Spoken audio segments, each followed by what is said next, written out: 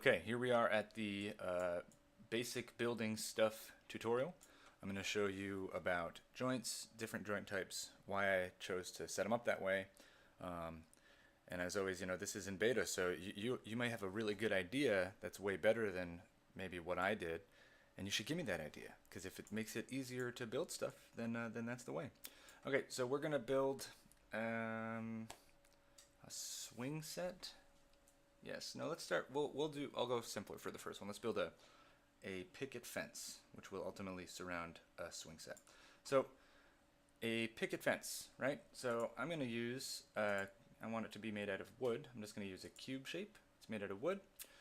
I'm going to say it's 1 meter tall is great. I'm going to say it's, I don't know, 0.2 meters wide. So that's going to be 20 centimeters. I suppose that's pretty thick. And all the way down. See, this slider will go between 0.1 and 4, but if you really want it to be thinner than that, you can just do that, and you might sometimes have to do it twice. Okay, so this is now a single plank in our picket fence. Okay, so I'm gonna add 5 of them. So you can see these, because I made the plank so thin and so small, these snaps, these little snap dudes, are kind of like taking up a lot of space here. They are there because sometimes you don't want to have to go through a lot of oshbagosh. You want to just snap them in. That's what people have been telling me. Snap it in. So you can snap it in. And they sort of do that if you want. Or you can shut them off here. I'm going to shut them off for now because I'm going to show you more about them later. I'm going to go into joint tools and I'm going to toggle the snaps, later snaps. So I've got 5 planks of wood here. And now I'm going to make the cross section of wood, which is going to go across them, like how picket fences are. And instead of 1 meter tall, I'm going to say this fence is, well, this is going to be 0.2, so it's as tall as the other planks are wide. And the width is going to be 2 meters. 2 meters long fence, right? I think it's going to be a little longer than that. We're going to say 3 meters. I'm going to open up the settings, go back into scale, and say 3 meters. Oops, what have I done? There we go. Okay, that's beautiful. Okay, so now I'm going to show you how to position things in a way that's more precise than just handling them. So first of all, I can grab this thing and move it around, and as you can see, it's not rotating. I could hit this option here, the grab options, and now I can free grab it. Now if I grab it, it's going to rotate however I've grabbed it. So that could be used to put a thing where you want it to be. Only rotation means its position is going to stay the same, but you can now freely rotate it by moving it around.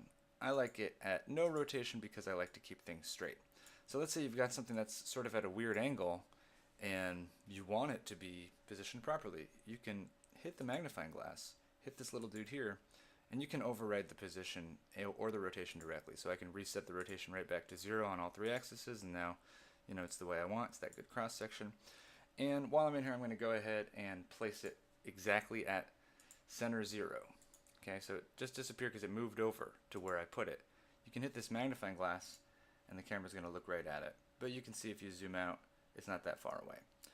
I put that at center 0 because now I can use that point, which is 0 on X and 0 on Z, and Y is where it is in height, so I raise it up a little higher, to decide exactly where I want these guys to go. So this middle one, the one that's going to be in the middle, I can go ahead and put that also at 0 and 0 because I'm going to ultimately want that in the very middle. This one, so this is a, what did we say, 3 meters long. This is a 3 meter long width here. So half that over is 1.5 meters. So I should be able to take this guy here and put him at 1.5 meters, and then he'll go right to exactly to the end. But in this case, I want him actually a little bit closer in, so he's not right at the end. That's beautiful. It's so great. So I'm going to look at it, and now that's at 1.2. So I'm just going to remember that, and that way I can make it symmetrical and put the piece on the other side at negative 1.2. So now that's right there. And then these guys are going to go in the middle. Actually, I'm just going to slide all these over. So that's going to go back at exactly 0. This is going to be somewhere in the middle. And this one is at negative 1.2. Okay. And I guess it's just a picket fence, so I'm just going to freehand pop those in where they need to go. I'm going to close that annoying menu. Okay, so that's a little bit on how you might position stuff to get it where you want. Obviously, with a picket fence, you want to really overanalyze it and just really drill in and sort of almost panic about it. No, I'm just kidding, don't do that. Okay, so here's how the actual jointing works. I'm going to sort of free-handed level these all out. If I bring this guy here down and place it against something, this thing's going to come up. If I take it away, it's going to go away. If I click on it, it says add joint here, and it sort of is going to put the little arrow where the joint is.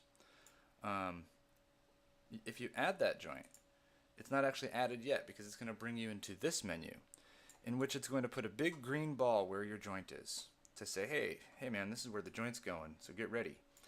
And a fixed joint cannot rotate. You just hit confirm, and then these two will be nailed to each other. A hinge joint is what you would want to use if you want some part of it to move. So you would look at this and you would toggle the one that you want. So you can sort of have a preview. This would let the wood plank rotate in this way relative to this, but they'd still be stuck to each other. And it would rotate this way, or indeed you can have all of them if you want. You can just have a great time. So that being said, before I actually add any joints, I'm going to show you one more quick trick that I think you'll find quite useful in building stuff. This little plus sign right here. Okay, I can't really implement for you an edit undo system because there are so many actions you can be taking. I don't know what you could be doing. The physics could be running. All sorts of things could be happening. So it would end up taking a lot of space on your phone. So what I've done is I've basically made it so you sort of control the edit undo system. You add sort of a slice of where everything is right now. So I hit this plus sign and it's going to save it. Where everything is right now is now saved. I could also just hit play and then hit reset, and that's going to bring it back to wherever it was before you hit play. But let's say you were going on and you were doing actions, and then you said, okay, I'm going to nail this here, right, like this, and then you went ahead and you did it, and then you were like, confirm, having a great time. You hit play and it's nailed, and the nail works, but you're like, wait a minute, I didn't want that there. And there are other things you could do to fix that, which I'll show you later, but also, good thing I saved it beforehand, so I can just go back to right here. And you can add as many of those as you want. You can add, 100 billion gazillion. Well, I'm not sure about that, about the gazillions, but I'm pretty sure you can add as many as you're going to actually need.